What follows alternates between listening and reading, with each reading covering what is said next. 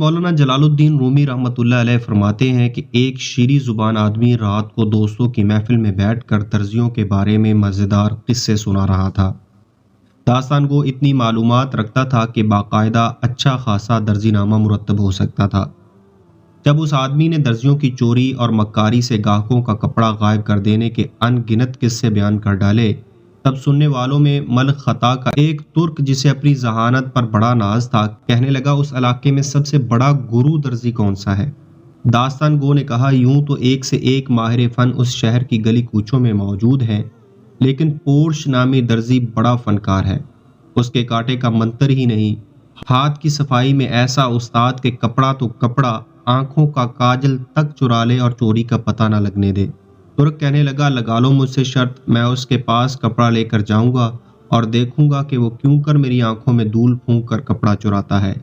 میاں کپڑا تو درکنار ایک تار بھی غائب نہیں کر سکے گا۔ دوستوں نے جب یہ سنا تو کہنے لگے، ارے بھائی زیادہ جوش میں نہ آ، تو اس سے پہلے بھی بہت سے یہی دعویٰ کرتے آئے ہیں اور اس درزی سے چوٹ کھا گئے، تو اپنی عقل و خرد پر نہ جا دھوکہ کھائے گا۔ محفل برخاست ہونے کے بعد ترک اپنے گھر چلا گیا۔ اسی پیچ و تاب اور فکر و اضطراب میں ساری رات گزاری۔ صبح ہوتے ہی قیمتی اطلس کا کپڑا لیا اور پورش نامی درزی کا نام پوچھتا پوچھتا اس کی دکان پر پہنچ گیا۔ درزی اس ترک گاہک کو دیکھتے ہی نہایت ادب سے کھڑا ہو کر تسلیمات بجا لایا۔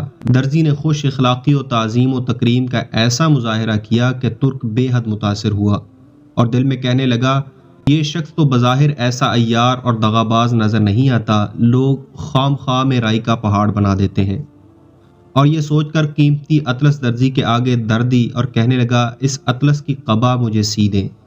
درزی نے دونوں ہاتھ ادب سے اپنے سینے پر باندھے اور کہنے لگا، حضور قبا ایسی سیوں گا جو نہ صرف آپ کے جسم پر زیب دے گی بلکہ دنیا دیکھے گی۔ اس نے کپڑا گز سے ناپا، پھر کاٹنے کے لیے جا بجا اس پر نشان لگانے لگا اور ساتھ ہی ساتھ ادھر ادھر کے پرلطف قصے چھیڑ دیے۔ ہنسنے ہنسانے کی باتیں ہونے لگی جن میں ترک کو بے حد دلچسپی ہو گئی۔ جب درزی نے اس کی دلچسپی دیکھی تو ایک مزاحیہ لطیفہ سنایا جس کو سن کر ترک ہنسنے لگا۔ اس کی چندی ہوئی آنکھیں اور بھی مچ گئیں۔ درزی نے جٹ پٹ کپڑا کاٹا اور ران تلے ایسا دبایا کہ سوائے خدا کی ذات کے اور کوئی نہ دیکھ سکا۔ غرض کے اس پر لطف داستان سرائی میں ترک اپنا اصل مقصد اور دعویٰ فراموش کر بیٹھا۔ کدھر کی اطلس، کہاں کی شرط، ہنسی مذاق میں سب سے غافل ہو گیا۔ ترک درزی سے کہنے لگا، ایسی ہی مزیدار کوئی اور بات سناؤ۔ درزی نے پھر چرب زبانی کا مظاہرہ کیا۔ ترک اتنا ہنسا کہ اس کی آنکھیں بالکل بند ہو گئیں۔ ہوش و حواس رخصت، عقل و خرد الوداع۔ اس مرتبہ درزی نے پھر کپڑا کاٹ کر ران تلے دبا لیا۔ ترک نے چوتھی بار مذاق کا تقاضا کیا تو درزی کو کچھ حیا آ گئی اور کہنے لگا، مزید تقاضا نہ کر، اگر ہنسی کی اور بات کہوں گا تو تیری قبا تنگ ہو جائے گی۔ مولانا رومی رحمۃ اللہ علیہ نصیحت فرماتے ہیں کہ جانتے ہو وہ ترکی کون تھا، دغاباز درزی کون تھا، اطلس کیا ہے اور ہنسی مذاق کیا ہے، کینچی کیا ہے اور قبا کیا چیز ہے؟